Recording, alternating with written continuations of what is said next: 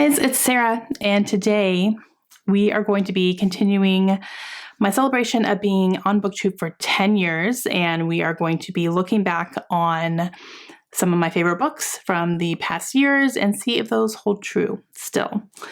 And I actually, not only am I on BookTube for 10 years this year, I just hit 10,000 subscribers, which is huge. That's a really, really big milestone, and I freaked out when I got the email saying that I was 10,000 subscribers strong. So thank you to everybody who has hit that button, because you don't have to. And I understand that, and I appreciate that you do. So thank you, thank you, thank you. I feel like 10's my lucky number this year. Like I should go get a lottery ticket or something with all 10s. Now, this is the first one I did after we had moved. So the ones that we've watched previously were all in New Mexico, which is where I am right now. We're at the same base, different house, but we're in the same area. But back in 2018, when I'm talking about the books that I read that year that I loved, when I posted that video, we were in Florida. So we had moved from New Mexico to Florida. So this will be in a new location.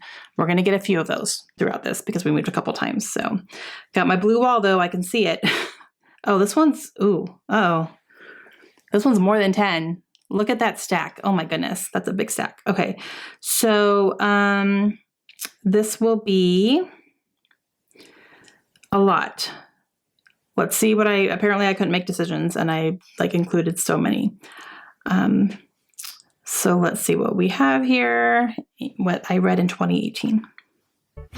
Hey guys, it's Sarah, and it's time to pick my favorite books that I read in 2018. And this was probably the hardest that I've had to do this. Picking your favorite books and stuff. I had the hardest time with this one than I've ever had before. I read some amazing books. I read a lot of 5-star reads this year.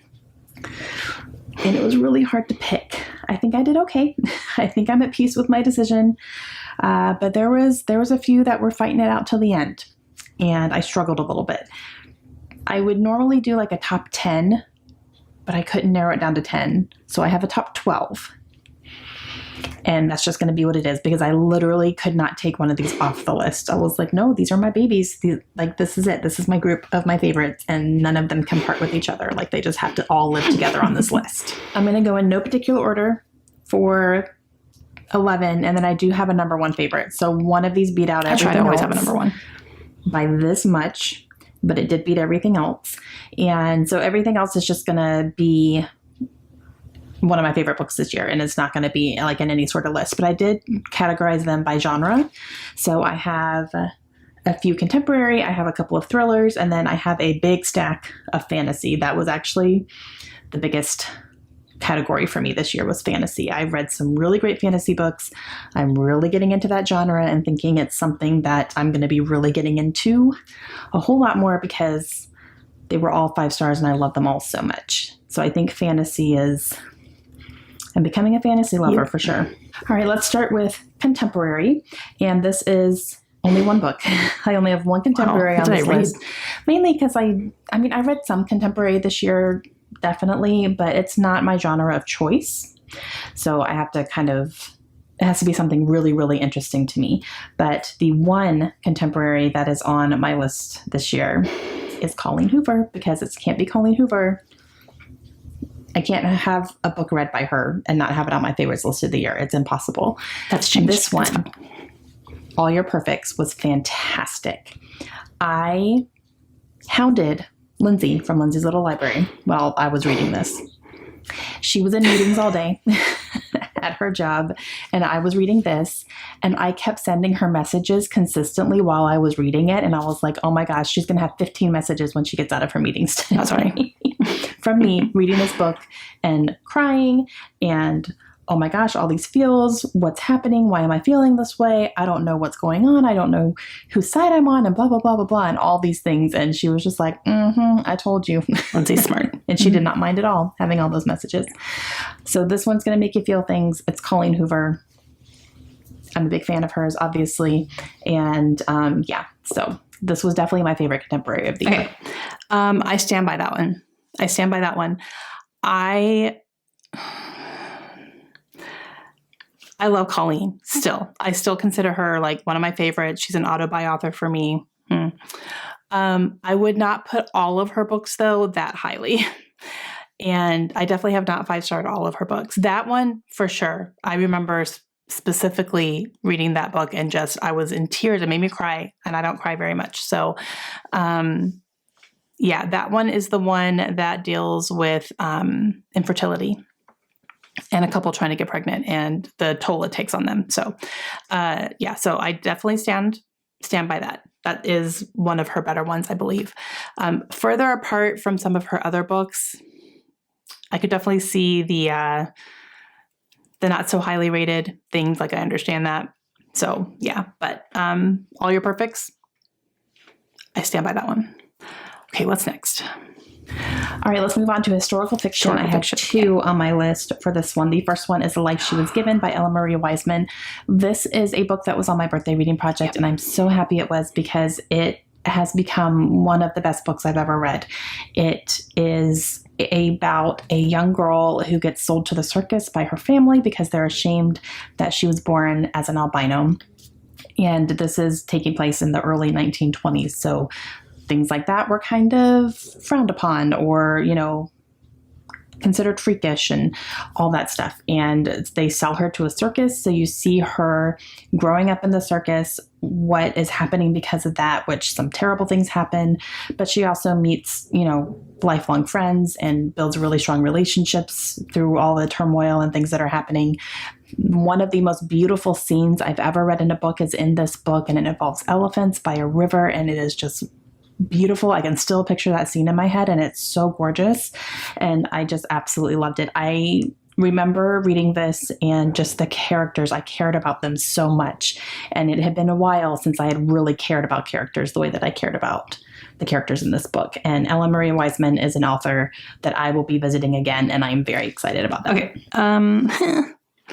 I have not revisited Ella Marie Wiseman. Yeah, that's still the only book I've read by her. Oops. Yeah, I haven't picked up anything else. I don't know why, but I stand by that 100%. That is one of the best books I've ever read. I loved it so much. And yeah, that elephant scene, I can still picture it very clearly. It was so pretty. So yeah, I stand by that. I definitely stand by that. Interesting. Another historical fiction that I read that I do not own, but it's one that I wouldn't mind having on my shelves. I just don't own it physically. I did read it on my Kindle, and that is Before We Were Yours by Lisa Wingate.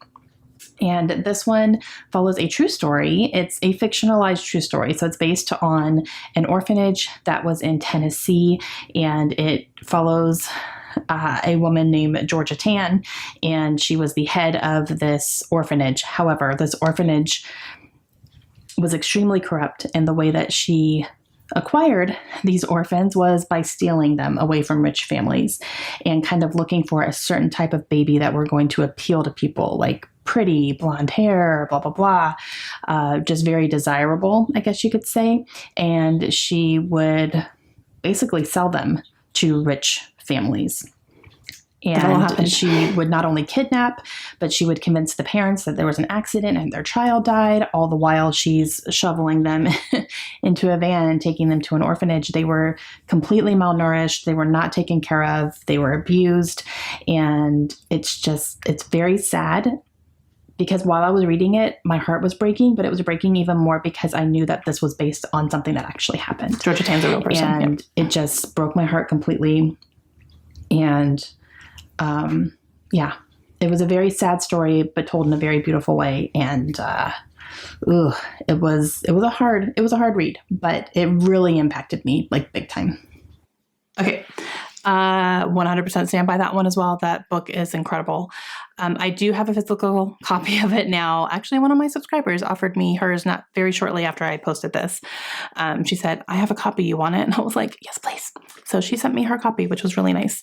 So I do have that on my shelves now. Yeah, I stand by that too. 100%. Like these are good books. Dang. Yeah, that's one of...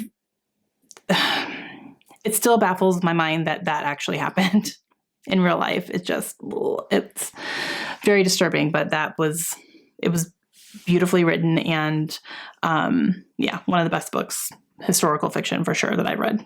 All right, so our next category we're going to go to is thrillers, and I only have 2 in this category, which is interesting because thrillers are kind of like my favorite genre, but I only had 2 that really stood out to me this year.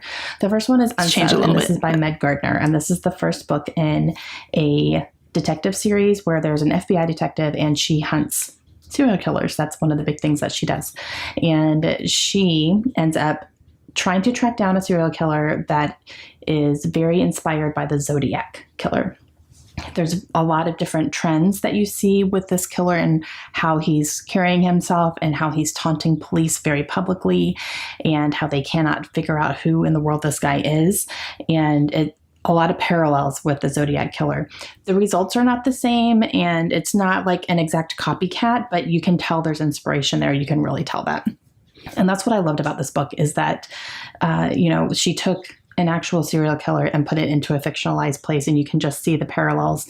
And it was super fast paced. I loved the characters, and yeah, it was definitely a thrilling book. Like, it gave the word thriller meaning in this one. And I was so surprised by how much I really loved it. This is another one I don't own, but I wouldn't mind having it on my shelves because I did love it that much. But Unsub was like my ideal thriller. It was fantastic.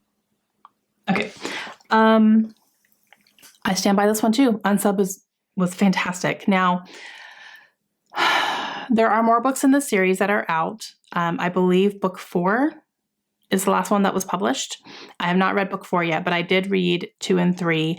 Didn't like them quite as much as Unsub. And I think in book 3, I kind of lost the inspiration. Like, I wasn't sure who the third book was based on. I feel like maybe Richard Ramirez is what kind of the chatter among people who had read it was, which I could definitely see. But we never got like confirmation of that. So I haven't read the 4th book yet, like I said, and I don't know if it's just that first book was just so good, but the rest of them are not going to compare. And I'm a little bit hesitant because I did not rate the other ones as highly as I rated Unsub. So something for me to reflect on a little bit, see if I want to keep going or not. I guess we'll see. But I did really, really love Unsub. It was fantastic. I never did get a hard copy of it. That's fine. But yeah. So I stand by that one too. I don't have any duds. Okay, let's see what the other thriller is. Another thriller that I ended up reading this year was another one that was a new to me author. I had never read this author before, and that's Those Girls by Chevy Stevens. I really enjoyed this one. This one is dark. It is a dark thriller. It follows a set of sisters. There's 3 of them, and something happened in their childhood that causes them to be on the run, basically, for their lives. And you follow them trying to survive as young kids and kind of how they make everything work. And you're following them a little bit through the years as well. And things are coming back to haunt them, and they're put in some really bad circumstances, and you see them, kind of cope with that. And this one, it was one of those books that you're just like, can these girls catch a break? Like, really? But that made it very interesting, and it explained why they made some of the decisions that they made. You kind of understood, even though they were really bad decisions, you understood why they made those, and you question whether or not you would make them as well. And it was very dark, very good. I really, really enjoyed this, and I'm super excited to read more from this author. Okay. I stand by that one too. I still have that book on my shelves. I've read, I believe, 2 Chevy Stevens books. I think I've read 2 of them. They were both 5 stars. So, I haven't gone further into her work, which that's something I want to change. She actually has a new release coming out this year too that I'm going to put on my most anticipated and see about reading that one. But I definitely want to get more into her. I didn't keep all of her books on my shelves, all the unread books, just because I didn't feel like a big pull towards them, as I want to read these soon type thing. So I just said, I'll get them again later when I'm ready to read them. But the 2 that I read, I still kept because they were both 5 stars and I love them. So yeah, but an author I'd like to get back to her stuff. So that's a good reminder. But yeah, I stand by this one too, guys. All right, let's dive into the fantasy because let's see what I read. This is definitely the biggest stack that I have. And I think I have 6 fantasy books here to talk about that were just big time standouts. I couldn't pick a favorite. I have no idea what my number one's going to be. I have no idea. I loved all of them so much. The first one is The Final Empire by Brandon Sanderson. This is his first book in his Mistborn trilogy. And this one stemmed from me asking you guys to pick a trilogy for me to binge read. This was on there. This won like all the votes almost. I'm so embarrassed. I was like, great, I'm going to read that trilogy. And I read the first one. And for some reason, I did not pick up the other two. And I don't know why I still haven't. I don't know why I just read this and then never picked up number 2, even though I said I was going to binge read the trilogy. I really wish I had. So books 2 and 3 are going to be very high on my TBR for 2019, like very soon, because She's lying to you. Loved this. I was a little intimidated going in because I know it's an adult high fantasy and I wasn't sure how it was going to be written. I wasn't sure if it was going to go over my head or not, because fantasy can be very intimidating. It's a whole new world. It's a whole different language sometimes. And, you kind of have to wrap your head around some of the stuff happening. This was so smart. His writing is incredibly smart, and the way that he weaves things together to make it so that you can easily understand what's happening. You can easily picture what's happening.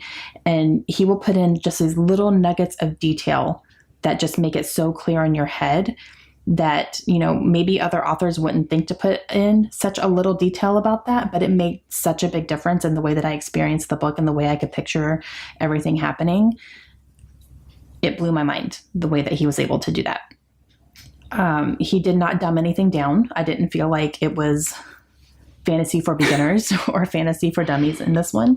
It was an epic high fantasy. It really was. And I was able to follow it no problem. And I understood it. And the magic system in here is incredibly interesting and easy to follow. It's all about consuming metals. So they consume metals like, nickel and copper and silver and gold and steel and, all those things. And it gives them different types of powers. It's so interesting. It is. I'm halfway tempted to reread this and then read the rest of the series. I haven't decided if I'm going to or not, but I'm tempted to do it. Like, I liked it that much that I would reread this, no problem. I might need to. It's been, by the time I do get to, read this whole thing, it might be a full year in between. So maybe I should reread this one and just kind of actually binge read the trilogy like I said I was going to in the first place. Bless her heart. Absolutely not. Think about that, to be honest. But it's incredibly smart. I loved it. I loved the characters. Things surprised me, and it's definitely got me on the Brandon Sanderson train. Like, I'm on board. I'm strapped in. Well, there's my answer. I read it in 2018. Obviously I stand by this. Never did go back and read the other two. I even actually started rereading The Final Empire when we were in Virginia, which was where we just moved from. I did start to reread it. I think I got like 200 pages in, and then I put it down again.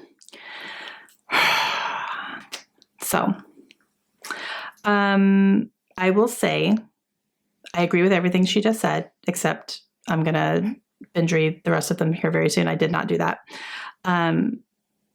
But if you'll remember, I am binge reading series this year. That might be on my list. I might already have plans to do that. We'll see. I don't know. All right. So I stand by that one. I don't even have those editions anymore. I bought the trade paperbacks that came out when I was working at Barnes & Noble. I picked those up because I love them so much. And they're all matching, even with the Mistborn Era 2 books. So, and he's writing Mistborn Era 3. He's already started. There's an Era 3 coming, guys. So yeah. All right. But you're probably going to see that again. It's fine. The next one is Nevernight by Jay Kristoff. Now, this one took me a little bit longer to get into. It started off a little bit slow. But it's so good. And it was kind of... It took me some time to get into. I guess that's like the easiest way I can say it. It took me a while to get used to the world, to get used to the characters, to get used to the footnotes. There's a ton of footnotes in here. But once I hit it And once, I was in and I was a goner after that. And I flew through it after that. It did take a little bit of time, but it was worth it. The humor in here is fantastic. This follows a girl named Mia, and she is in an assassin school, basically, in this training program to become assassin. And she is trying to get revenge on the government who killed her father, who she believes killed him wrongfully. And it was brutal.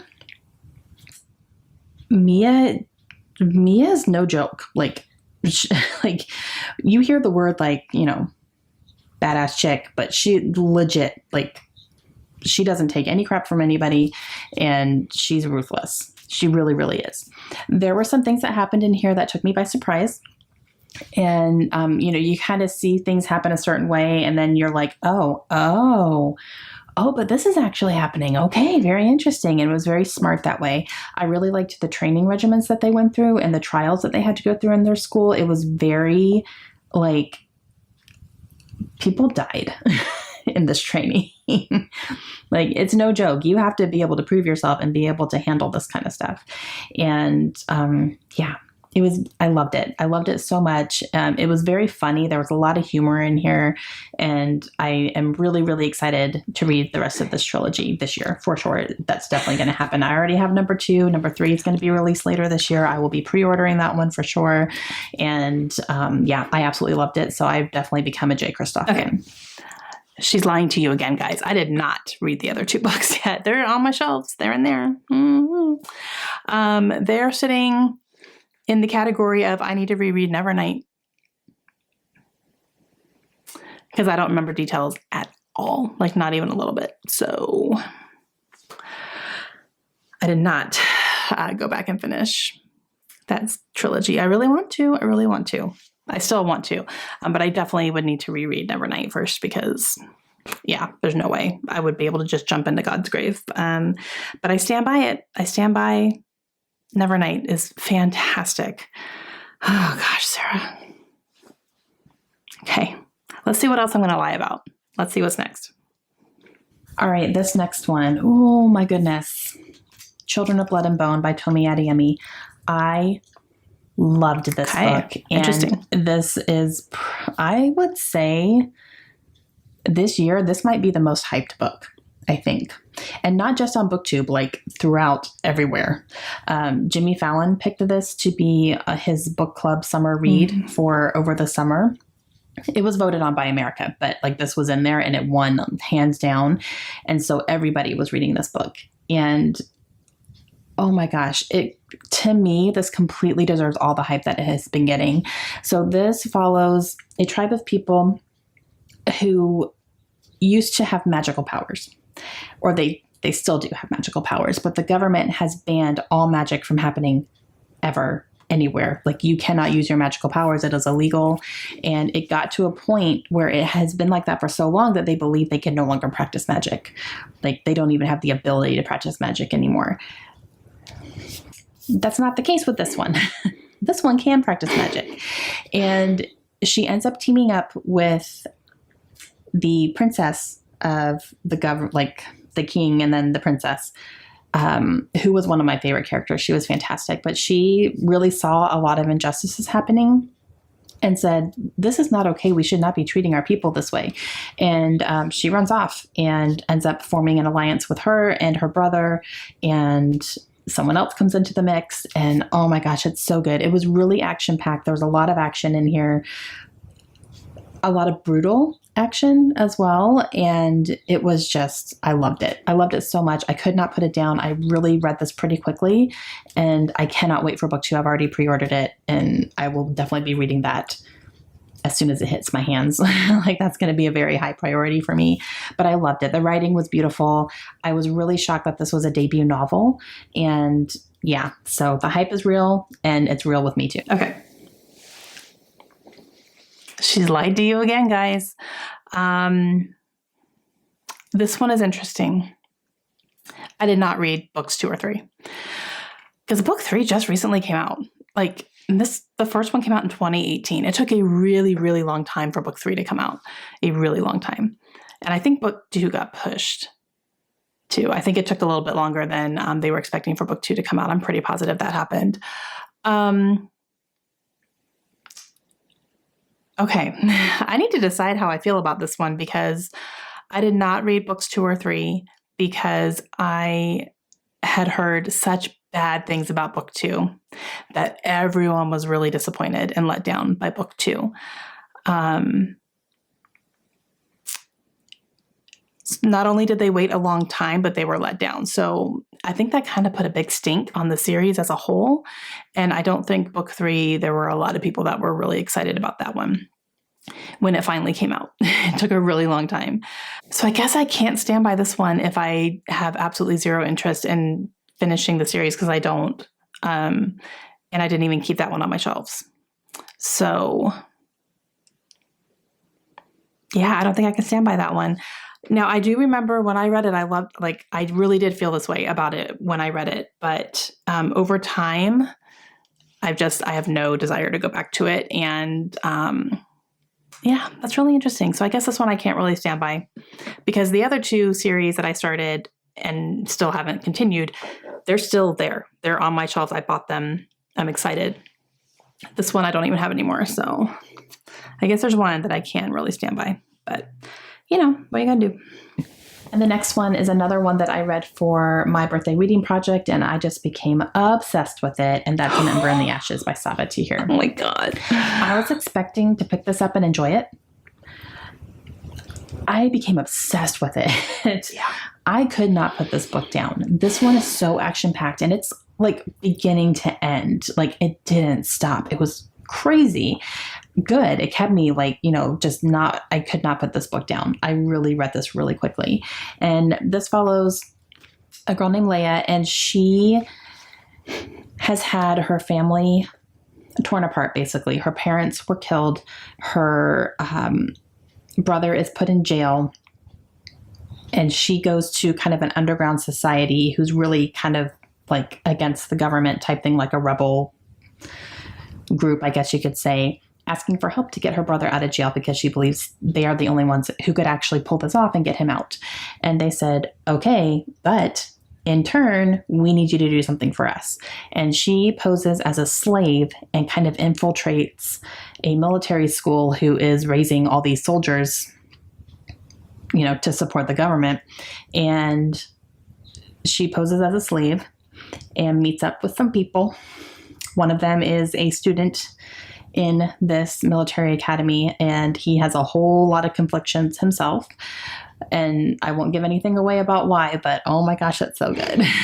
And you see them form an alliance. You see them fighting back. You see him struggle. There's a lot of gray area with him. And I can't. It's so good. It is so good. It's, again, just so action-packed. I was really surprised by that. And things that were happening surprised me, but also made so much sense. Oh, it's so good. Okay, that's all I'm going to say. But I cannot wait to read the rest of this. I absolutely loved it. Okay. Again, she's lying to you. I still have not read the rest of that series. I still have only read An Ember in the Ashes. That series in particular is one that I am constantly thinking about when I'm doing my binging for this year. That is the series that I said, I really want to just pick that up, reread Ember in the Ashes because I need to. It's been since 2018. And binge all 4 books. And I have thought to myself multiple times, that's the series that I really want to try to make a priority and do that. I want to read that series. Every time I look at it on my shelves, I'm like, oh, I want to read that. Someone tell me why. I have not picked it back up. Tell me why. Tell me why. I don't know. I have no idea. But I've definitely thought about it a lot, and I would like to do that this year. Literally, like when I thought about doing binging this year, I thought Ember in the Ashes. I need to get back to that one.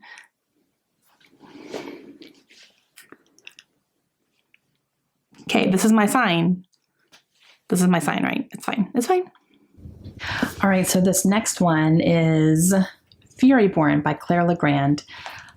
Oh my gosh, did I love this book. Yep. It was such a surprise. And I was very lucky to get an ARC copy from Bookish First. So very happy about that. And this one follows two different queens in this kingdom. It's the same kingdom, but two different time frames. One is set kind of in their present time, whatever. And then one is set 1,000 years earlier. And so the 1,000-year earlier one is kind of like a legend and, you know, part of their history, but you're following both of them. You're jumping back and forth. One of them is a blood queen. The other one is a sun queen. So blood queen, kind of like not so good, a little brutal. Sun queen is supposed to be the bright light, the good queen, blah, blah, blah. Okay. So, a lot happens in here. I feel like a lot happens that I can't really tell you because I feel like you should go into this not really knowing much else other than that, because things transpire and it keeps you interested and you keep going. There are fantastic relationships in here. There was a love triangle that ended up, like, I just love the way it was done. And I really enjoyed I enjoyed all of it, but I really enjoyed the one that was in the past a little bit more because she has to go through these trials to kind of prove that she is the chosen queen.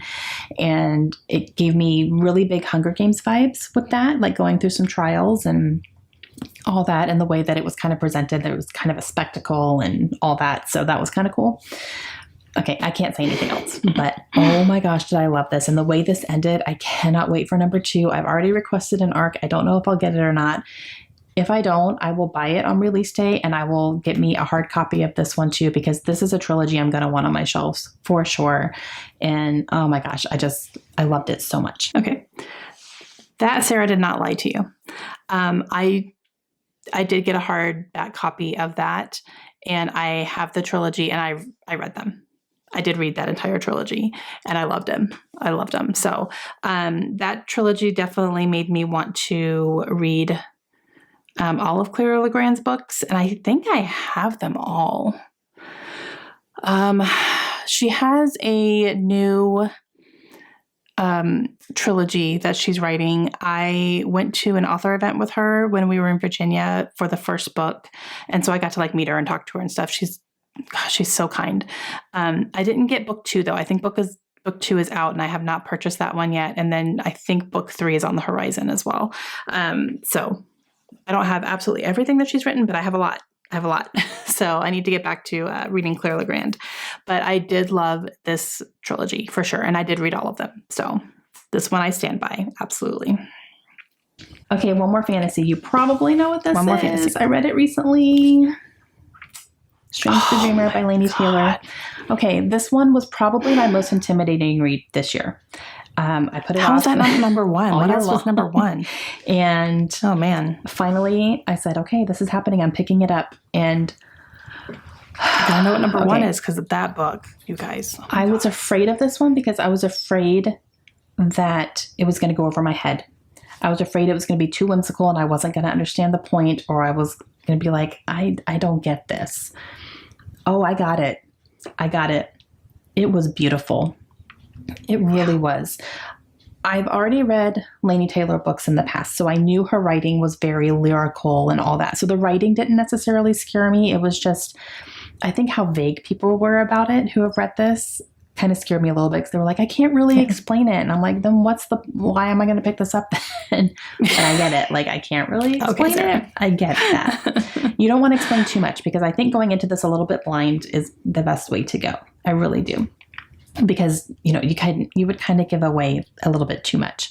But it follows a librarian named Laszlo Strange. He is obsessed with this city called Weep, and it's kind of a lost city. It's been kind of forgotten and almost wiped out of people's minds, and it's almost considered a myth. But he has always had the belief that this place was real. It's still there. I want to find it one day. He's done a lot of research on it. And one day, a troop of people walk into his town and say, we are from this city, and we need a big group of people to help us with a certain task that's going to help save our city, basically. And he gets picked to go on this, and the way that happened was so great. And he goes to the city and sees it and experiences it and meets the citizens and understands what's happening, and everything is not as he had always imagined. It was so good. The magic in here was so incredibly interesting. There's a moth on here for a reason. That was so interesting to me. And, okay. Yep. It was fantastic. The way this ended, I cannot wait to read number 2. I already have it in my possession. I will be reading that very soon. And I did. This is one of the most beautiful books I've ever read. It really is. So if this is something that intimidates you, don't let it. Pick it up, because it intimidated me, and I'm so happy I picked it up. And like, this is legit. Okay. 100% stand by that. That is one of the most beautiful books I've ever read. And I did read the second book, Muse of Nightmares, as well. And I love that one too. Yeah. I feel like that would be in a top 10 for me. Definitely. It was beautiful. It was gorgeous. Every time I see that book on my shelves, I just have this warm feeling in my heart. Like, oh, I love that book so much. So, yeah, 100% stand by that one. So I guess there's only one I haven't stood by, which was Children of Blood and Bone. Everything else been pretty solid. Okay, so let's see what number 1 is, because that was not number 1, and that is a little bit shocking to me. What else did I read that was better? All right, guys, we made it. My number 1. Let's see. My favorite book that I read this year. You probably already have guessed what it is.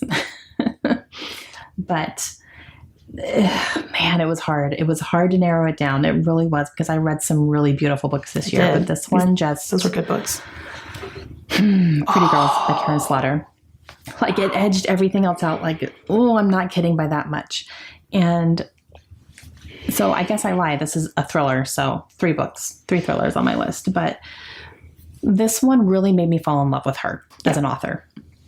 This one. God, that book. Okay. So we follow a woman who is married. She is the younger sister of a girl who went missing while she was in college and disappeared and was never heard from again. And it was kind of assumed that she was dead, but nobody ever knew where she went or what happened. Nobody knew. So you're following her as an adult. This happened when she was young. And then as an adult, she's married, and she's starting to question some things about her husband. Some things are starting to kind of not add up a little bit. And there have also been some surfaces of women being taken and murdered, and calls into question things that happened to her sister, because there's just some similarities happening there with her disappearance as well. So all this is happening simultaneously. Ooh, okay, that's all I'm going to say, because so much happens in here. The thing about this book is that Karen Slaughter was not afraid to go there. She was not afraid to make you nauseous and to make you squirm and to make you go, ugh, but I can't stop reading it. There was a point in here where I had my shirt over my nose. I was just like, because something pretty gross happened. There are still scenes in this book that I can vividly picture, and I don't want to, but they're there. Like, it's one of those things where a image is burned in your brain. Like, you can't unsee that. Even though I didn't see it, I read it, but I could see it. And yeah. Okay. So I loved it so much. It's one of my favorite thrillers. And if you enjoy dark thrillers and you can handle brutal content, pick this up like ASAP. You will not regret it. If you're a little too squeamish for things like that, maybe don't. Maybe go with one of her less gruesome books, like The Good Daughter would be, it was still shocking, but it wasn't as brutal as this one. There was like 1 or 2 scenes and that was it. This is like, a whole lot. And I loved it. So that's my jam. Yeah. So this is the best book I read this year for me, and I absolutely loved it. And I am a Karen Slaughter fan for life. All right. Okay. Yeah, no, that checks. Oh, Pretty Girls. Oh man, yeah, that one was yeah. I stand by that 100%. Some of these books are like, I would say top 10 for me. I have not really thought about what is in my top 10 now because I feel like my top 3 are locked. They're not going anywhere, but numbers 4 through 10 can change at any minute. So, yeah, but oh man, Pretty Girls was, yeah, no, I 100% stand by that. So there's only one on there that I don't stand by, which was Children of Blood and Bone. Everything else, solid. But I have some series to read, don't I? You guys, that is so embarrassing. Oh, just calling myself out. It's totally fine. Yeah. Okay. So those were my favorite books from 2018. Those were some really, really, really good books. Wow. Oh man. All right. So that is it for this round of those. Let me know your thoughts down below. Are you laughing at me? It's fine. I'm laughing at myself. Yeah. All right. So I will be back next week with 2019. I have no idea what those are going to be either. So this has been fun kind of revisiting these because I just don't remember off the top of my head when I read some of these books. So, all right. That's it for me today. Hope you guys enjoyed and I will see you again soon. Bye.